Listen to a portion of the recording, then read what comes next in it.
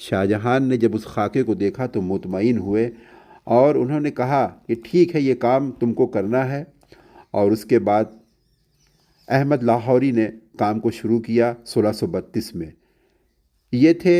لاہوری۔ ان کا اتہاس یہ ہے کہ وہ اسی ہندوستان میں 1580 میں پیدا ہوئے اور 1649 میں اسی ہندوستان میں اس دنیا سے رخصت ہو گئے۔ انہوں نے تاج محل کے علاوہ دلی کی جامع مسجد، لال قلعہ اور بہت سی عمارتوں کو بنوایا، اور ان کے 3 بیٹے پیدا ہوئے، عطاء اللہ، لطف اللہ اور نور اللہ۔ انہوں نے بچپن سے ہی انہیں فن تعمیر کا بہت شوق تھا۔ اس وقت کے ایک بڑے عالم جن کا نام تھا ابوالکلام، انہوں نے ایک مدرسہ لاہور میں کھولا تھا جہاں پہ یہ زیر تعلیم تھے، جہاں پہ وہ تعلیم حاصل کر رہے تھے۔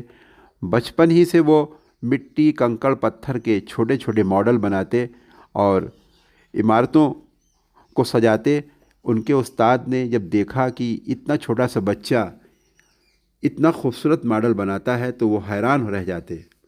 اور انہوں نے عربی، فارسی اور لٹریچر اور ادب کے ساتھ انہیں جیومیٹری یعنی کہ جیومیٹری کا بھی علم دیا، اور مسلسل وہ 25 سال تک مدرسے میں تعلیم حاصل کرتے رہے۔ قرآن کی تعلیم کے ساتھ انہوں نے قرآن کو حفظ بھی کیا، جس کی وجہ سے ان کے تصورات میں، ان کی کلپنا کے اندر ایک خوبصورتی پیدا ہوئی،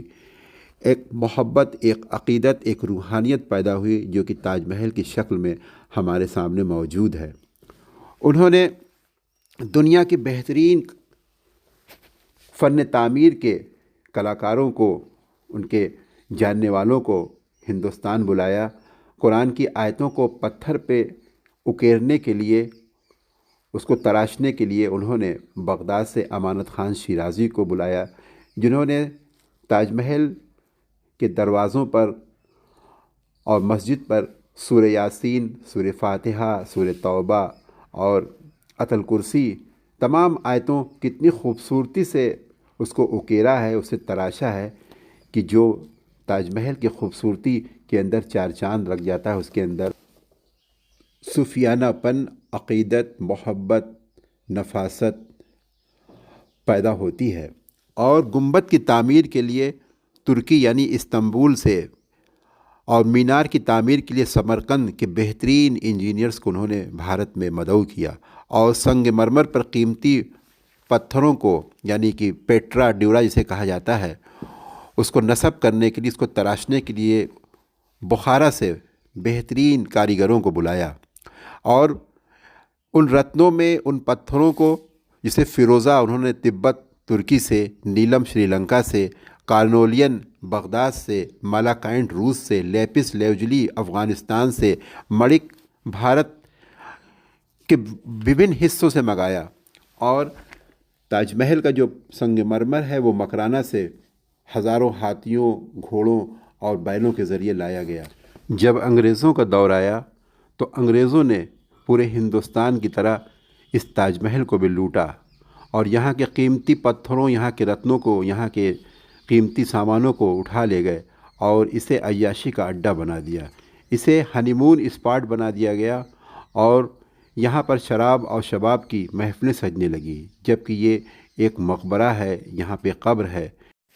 اتنا لوٹنے کے بعد بھی تاج محل آج بھی اتنا ہی خوبصورت ہے، آج بھی اتنا ہی اس میں نور برستا ہے۔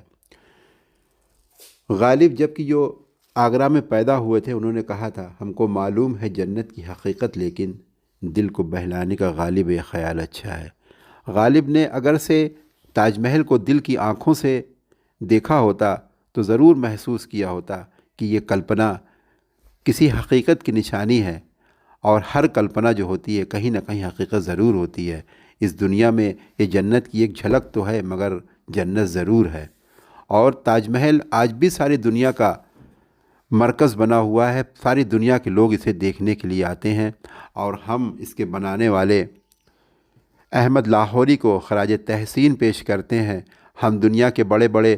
آرکیٹیکٹ کو تو جانتے ہیں جنہوں نے مونالیسا کی پینٹنگ بنائی ہے، یا پیسا کے پرامڈ ہے، جو مصر کا پرامڈ ہے، تمام چیزوں کے جو بنانے والے ہیں ان کے بارے میں جانتے ہیں، مگر ہمارے ہندوستان کو جس نے ایک مایہ ناز، ایک ماسٹر پیس عمارت دی ہے اس کے بارے میں ہم نہیں جانتے۔ ہمیں ان لوگوں کے بارے میں اسٹڈی کرنا چاہیے، جاننا چاہیے اور دنیا کو ان کے بارے میں بتانا چاہیے۔ اور اس کے ساتھ میں آرکیولوجیکل سروے آف انڈیا کا شکر گزار ہوں، اور میں تعریف کرتا ہوں کہ 400 سال پرانی عمارت کی وہ اس طرح سے دیکھ بھال کر رہے ہیں، اس کو مینٹین کر رہے ہیں۔ ایسا لگتا ہے کہ تاج محل ابھی بالکل بن کے تیار ہوا ہے، اور اس کی سیکورٹی اور اس کی صاف صفائی میں بہت بڑا کردار ادا کیا جا رہا ہے، کیونکہ ہندوستان کی بہت سی عمارتیں دیکھنے کے بعد ایسا لگتا ہے کہ ان کی پرواہ نہیں کی جاتی، اور وہاں پہ صرف آرکیولوجیکل سروے آف انڈیا کا بورڈ لگا رہتا ہے، مگر تاج محل دیکھنے کے بعد یہ لگا کہ آرکیولوجیکل سروے آف انڈیا اپنے کام کو بخوبی انجام دے رہا ہے، اور لوگ یہاں پر آتے ہیں تو واقعی تاج مئے ہو جاتے ہیں، تاج کے خوابوں میں گم ہو جاتے ہیں۔ اسی کے ساتھ میں اپنی بات کو ختم کرتا ہوں، اور آپ سے درخواست ہے کہ ہمارے چینل ذیشان جونپور بلاگ کو سبسکرائب کیجئے، لائک کیجئے اور کمنٹ کیجئے، تاکہ حوصلہ افزائی ہو، کیونکہ اس طرح کے ویڈیوز بنانے میں کافی محنت کرنی پڑتی ہے۔ اور اسی کے ساتھ خدا حافظ، ہندوستان زندہ باد۔